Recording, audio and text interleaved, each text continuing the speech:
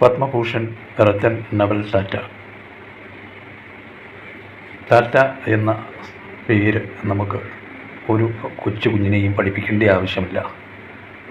പക്ഷേ അതിൻ്റെ ഏറ്റവും ഇപ്പോഴത്തെ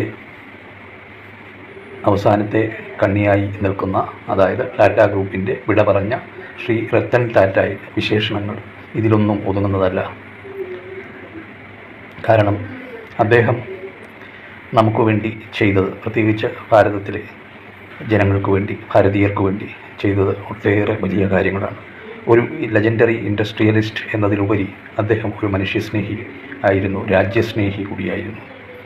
നമുക്കറിയാം, 3 കാര്യങ്ങൾ മാത്രം ഞാൻ പറഞ്ഞ് അവസാനിപ്പിക്കാം അദ്ദേഹത്തെ ഓർക്കുവാനായി ഈ അവസരത്തിൽ. അദ്ദേഹത്തിന് സ്വന്തം രാജ്യക്കാരോടും രാഷ്ട്രത്തിനോടുള്ള ആ താല്പര്യവും ബഹുമാനവും നമുക്ക് ആ 3 എക്സാമ്പിൾസിൽ കൂടി മനസ്സിലാക്കും. ആദ്യം അദ്ദേഹം ചിന്ത വെച്ചത്, ഇൻഡസ്ട്രിയലായിട്ട് വളർന്നു മാനം മുട്ടെ നിൽക്കുമ്പോഴും അദ്ദേഹം ചിന്തിച്ചത് ഇന്ത്യക്കാരന് എല്ലാവർക്കും സ്വന്തമായി ഒരു വാഹനം സ്വന്തമാക്കുവാൻ ഉള്ള ഒരു അവസരം ഉണ്ടാക്കുക എന്നതാണ്. മറ്റ് ഒരു സംരംഭകരും അല്ലെങ്കിൽ ഒരു ഇൻഡസ്ട്രിയലിസ്റ്റും ചിന്തിക്കാത്ത രീതിയിൽ അദ്ദേഹം ചിന്തിച്ചു.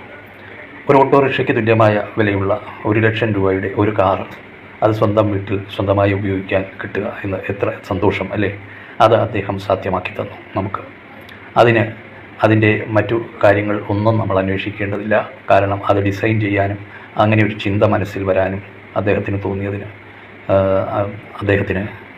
അദ്ദേഹത്തിൻ്റെ കമ്പനി ടാറ്റ ഗ്രൂപ്പ്സിനും ഒരു ബിഗ് സല്യൂട്ട്.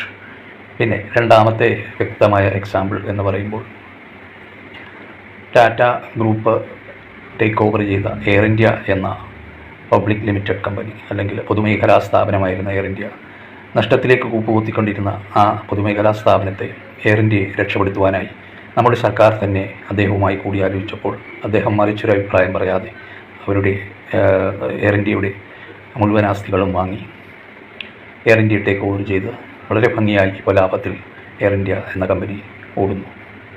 അത് നമുക്കെല്ലാവർക്കും അഭിമാനം തരുന്ന നിമിഷങ്ങളാണ്. അടുത്തത്, അവസാനത്തത് പക്ഷേ കുറഞ്ഞ കാര്യമല്ല, last but not least, good fellows എന്ന പേരിൽ അദ്ദേഹം തുടങ്ങിയ ഒരു ഓർഗനൈസേഷൻ, ചാരിറ്റബിൾ. അദ്ദേഹത്തിൻ്റെ നമ്മുടെ എത്രത്തോളം ഭാരതീയരായ ജനങ്ങളോടുള്ള സ്നേഹം പ്രകടമാക്കുന്നു. കാരണം അദ്ദേഹം തുടങ്ങിയ ആ ചാരിറ്റബിൾ ഓർഗനൈസേഷൻ, പ്രത്യേക ഫൗണ്ടേഷൻ, ചാരിറ്റബിൾ ഫൗണ്ടേഷൻ വഴി സ്ഥാപിതമായ ആ ഒരു സ്റ്റാർട്ടപ്പ് പ്രോഗ്രാം എന്തെന്ന് വെച്ചാൽ, സീനിയർ സിറ്റിസണായ ഭാരതത്തിലെ അധികമാരും ശ്രദ്ധ കൊടുക്കുവാനില്ലാത്ത സീനിയർ സിറ്റിസൺ ആയ ആൾക്കാർ, വയോധികർ, പ്രായമുള്ളവർ, അവരെ ശ്രദ്ധിക്കുവാനും അവർക്ക് വേണ്ട പരിചരണം കൊടുക്കുവാനും അവരെ സന്തോഷിപ്പിക്കുവാനുമായി ഈ ഗുഡ് ഫെലോസ് എന്ന സ്റ്റാർട്ടപ്പ് സംരംഭത്തിനാവും എന്നതാണ്. അത് മുംബൈയിലാണ് സ്ഥാപിതമായിരിക്കുന്നത്.